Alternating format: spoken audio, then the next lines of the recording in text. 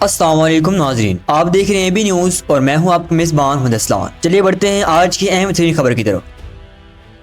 افیرہ be be ایک نام جو آج بڑے پیمانے میں دہشت گردی کی بیوی کے طور پر پھیلایا جا رہا ہے، مگر کیا یہ سچ ہے یا پرانا مواد جو دوبارہ نکالا گیا ہے تاکہ عوام کو غلط سمت میں موڑا جائے؟ پاکستان اور افغانستان کے درمیان بڑھتی کشیدگی کے دوران اب میدان میں روس اور ایران بھی آگے ہیں۔ افسوسناک خبر ہے فلسطین سے، ایک مسجد پر آتش حملہ، دیواروں پر نفرت کے نعرے اور درجنوں بے گناہ افراد کی گرفتاری۔ مغربی کنارے سے آنکھیں بند نہ کرنے والا درد آج ہم سنتے ہیں ان کی آواز جو بار بار دبائی جاتی ہے۔ مقبوضہ مغرب کے کنارے شہر سلفیت کے قریب ایک دل دہلا دینے والا واقعہ پیش آیا۔ اسرائیلی آباد کاروں نے ایک مسجد کے دروازے پر آتش گیر مادہ چھڑکنے اور اسے جلانے کی کوشش کی، جبکہ دیواروں پر نسل پرستانہ اور نفرت انگیز نعرے تحریر کیے گئے۔ خوش قسمتی سے مقامی شہریوں نے بر وقت مداخلت کر کے آگ بجھا دی، مگر اس عمل نے فلسطینی دلوں میں ایک نیا خوف اور گہرا زخم چھوڑ دیا ہے۔ اسی پس منظر میں اسرائیلی فورس نے مختلف علاقوں میں چھاپے مارے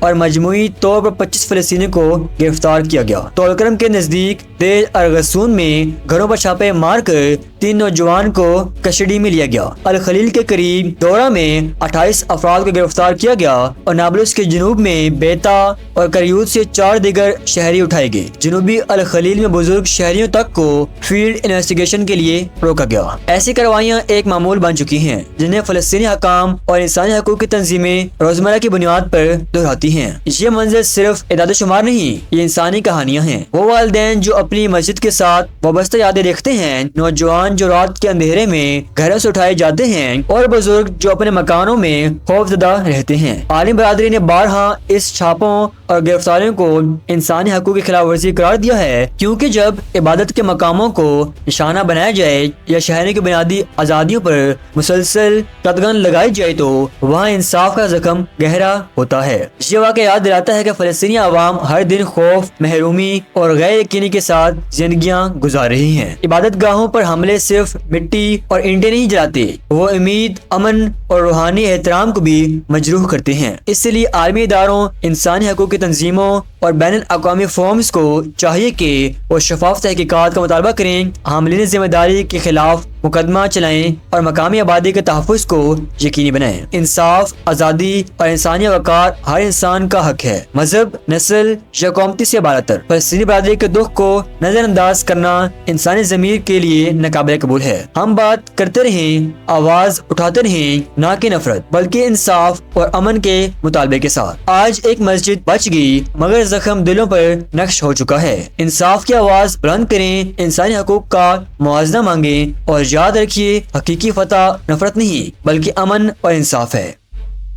افیرہ بی بی ایک نام جو آج بڑے پیمانے میں دہشت گردی کی بیوی کے طور پر پھیلایا جا رہا ہے، مگر کیا یہ سچ ہے یا پرانا مواد جو دوبارہ نکالا گیا ہے تاکہ عوام کو غلط سمت میں موڑا جائے؟ سچ سامنے آتا ہے تو پردے کے پیچھے چھپی حقیقت آپ کو چونکا دے گی۔ پچھلے دنوں ریڈ فورٹ کے قریب دہلی میں کار دھماکے کی تفتیش کے دوران بھارتی سرکاری بیان جاری کیا گیا کہ یہ واقعہ اینٹی نیشنل فورس کی کارروائی تھی۔ اس کے بعد میڈیا میں تیزی سے ایک نام گردش کرنے لگا، افیرہ بی بی۔ دعوے کیے گئے کہ وہ پاکستانی شہری ہے، شناختی کارڈ پاکستان کا جاری کردہ ہے اور اس کا تعلق دہشت گردی تنظیم جیش محمد سے ہے۔ مزید کہا گیا کہ اس کے شوہر محمد عمر کار چلانے والا مشتبہ حملہ آور تھا۔ ایک زوردار دھماکے کے بعد تیزی سے جو کہانی بنی، اس کا مرکزی کردار افیرہ بی بی بن گیا۔ کئی فورم پوسٹ اور کچھ مقامی سوشل شیئرنگ میں اسے فوراً اس مشتبہ شخص محمد عمر کے شریک حیات کے طور پر پیش کیا گیا۔ ایک پاکستانی شناختی کارڈ بھی بطور ثبوت سوشل میڈیا پر گردش کیا گیا۔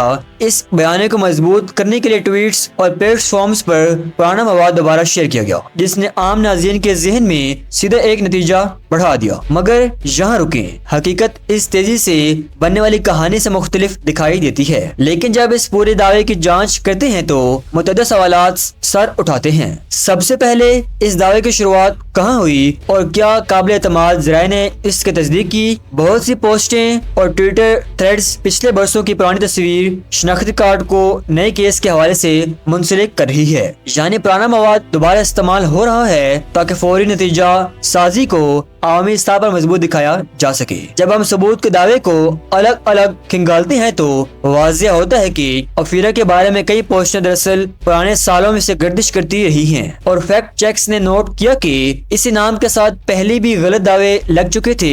کئی جگہوں پر یہی مواد 2020 کے ادوار میں بھی دکھائی دیتا ہے، یعنی ایک پرانا کیس یا پوسٹ اب اسی نئے واقعے کے حوالے سے دوبارہ استعمال کی جا رہی ہے۔ اب سب سے اہم نقطہ افیرا بی بی کے نام کا استعمال، کیا یہ منظم پروپیگنڈا ہے؟ فیکٹ چیکس پوسٹ اور کچھ رپورٹس اس بات کی طرف اشارہ کرتی ہے کہ اسی نام کے ساتھ 2020 میں بھی گردش کر چکے تھے، اور اب وہی نام نئے واقعے کے ساتھ جوڑ کر پیش کیا جا رہا ہے۔ اس کا مقصد فوری عوامی رد عمل اور دشمن ممالک کے خلاف جذبات بھڑکانا ہے۔ میں یہاں سختی سے یہ کہوں گا، جو بھی شواہد بطور ذاتی شناخت یا زناریہ ثبوت پیش کیے جائیں، ان کی آزاد اور مستند جانچ ضروری ہے، ورنہ پرانی پوسٹ کی ری سائیکلنگ سے جھوٹا تاثر عام ہو جاتا ہے اور سفارتی اور عوامی رد عمل کو اس سمت میں چاہا جائے موڑا جا سکتا ہے۔ ایک بڑے واقعے کے فوراً بعد جس طرح سرخیاں تیار کی جاتی ہیں، اسی عمل کا نام سامنے آیا، دعویٰ کیا گیا کہ وہ افیرا بی بی کا تازہ شکار بن کر پاکستانی شہرت رکھتی ہیں، اور ان کا نام دہلی ریڈ فورٹ کار دھماکے کے مبینہ مشتبہ محمد عمر سے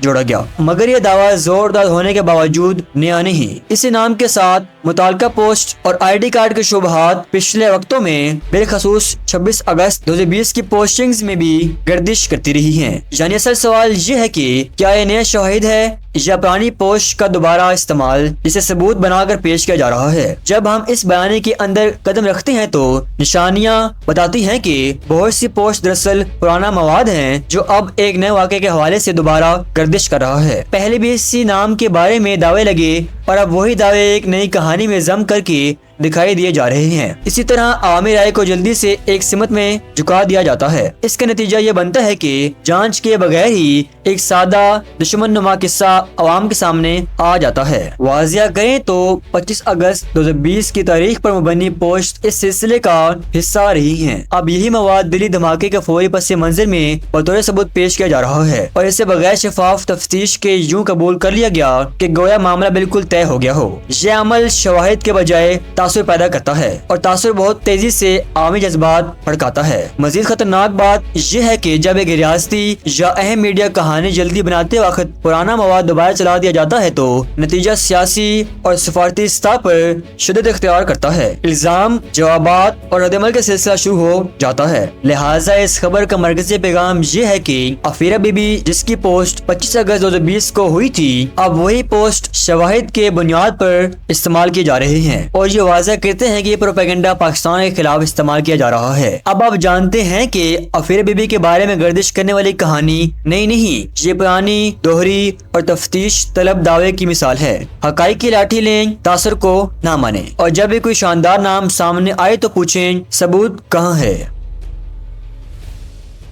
پاکستان اور افغانستان کے درمیان بڑھتی کشیدگی کے دوران اب میدان میں روس اور ایران بھی آگے ہیں۔ دونوں ممالک نے کھل کر کہا بات چیت واحد راستہ ہے، مگر سوال یہ ہے کیا سرحد پار دہشت گردی کے سائے میں یہ مذاکرات زندہ رہ پائیں گے؟ اسلام آباد اور کابل کے درمیان حالیہ تنازعات پر روس اور ایران نے دو ٹوک پیغام دے دیا، بات چیت بند نہیں ہونی چاہیے۔ یہ پیغام آیا ہے روسی وزیر خارجہ سرگئی لیوروو اور ایرانی وزیر خارجہ عباس اراغچی کی ایک اہم ٹیلی فونی گفتگو کے بعد۔ دونوں وزرائے خارجہ نے ایک دوسرے سے خط کی تازہ صورتحال پر تبادلہ خیال کیا اور مشترکہ طور پر پاکستان اور افغانستان سے مذاکرات جاری رکھنے پر زور دیا۔ روس کی وزارت خارجہ نے اپنے بیان میں بتایا کہ ماسکو اور تہران دونوں نے قطر اور ترکی کی ثالثی میں ہونے والے عارضی سیز فائر اور فائرنگ بند کرنے کے معاہدے کا خیر مقدم کیا۔ بیان میں کہا گیا افغانستان اور پاکستان دونوں دوست ممالک ہیں اور اختلافات کو صرف سفارتی اور سیاسی طریقے سے حل کیا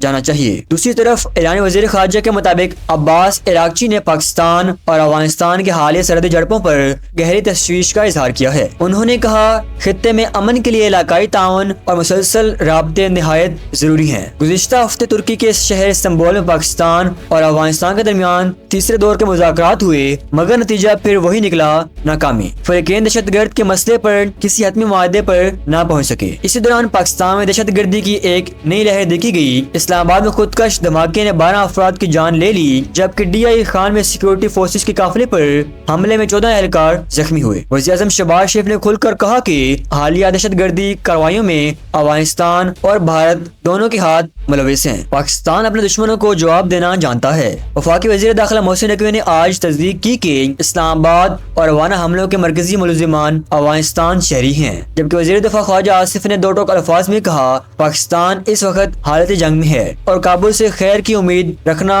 عبث ہے۔ ایران اور روس کے درمیان گفتگو صرف خطے کی کشیدگی تک محدود نہیں رہی۔ دونوں رہنماؤں نے فلسطین، غزہ اور اقوام متحدہ میں پیش کی جانے والی امریکی قرارداد پر بھی بات کی۔ عباس اراغچی نے امریکی پیشکش کو فلسطینی خود ارادیت کے خلاف سازش قرار دیا اور خبردار کیا کہ یہ کوششیں ناکام ہوں گی۔ روسی وزیر خارجہ لیوروف نے اس موقع پر کہا کہ خطے میں اجتماعی سلامتی کے لیے علاقائی ملکوں کا اتحاد ناگزیر ہے۔ اس کے ساتھ دونوں وزرائے خارجہ نے ایران، روس اور چین کے مابین سفارتی اور اقتصادی تعلقات کو مزید بڑھانے پر بھی اتفاق کیا۔ انہوں نے واضح کیا کہ روس ایران اسٹریٹجک پارٹنرشپ معاہدہ جو 2 اکتوبر کو نافذ ہوا، اب دونوں ملکوں کے درمیان تعلقات کا نیا باب کھول چکا ہے۔ روس اور ایران کی اپیل کے باوجود پاکستان اور افغانستان کے درمیان بڑھتی بد اعتمادی اور سرحد پار سے آنے والے حملے اس پورے خطے کو ایک نازک موڑ پر لے آئے ہیں۔ سوال صرف ایک ہے، کیا بات چیت کی میز پھر سے سجے گی یا سرحد پار کے دھماکے، بندوقوں کی گھن گرج سے امن کی آخری امید بھی دفن ہو جائے گی؟ یہ تھی اب تک کی مکمل تفصیل۔ جیسے ہی مزید خبریں آئیں گی ہم آپ کو آگاہ کریں گے۔ ملتے ہیں اگلی خبر میں۔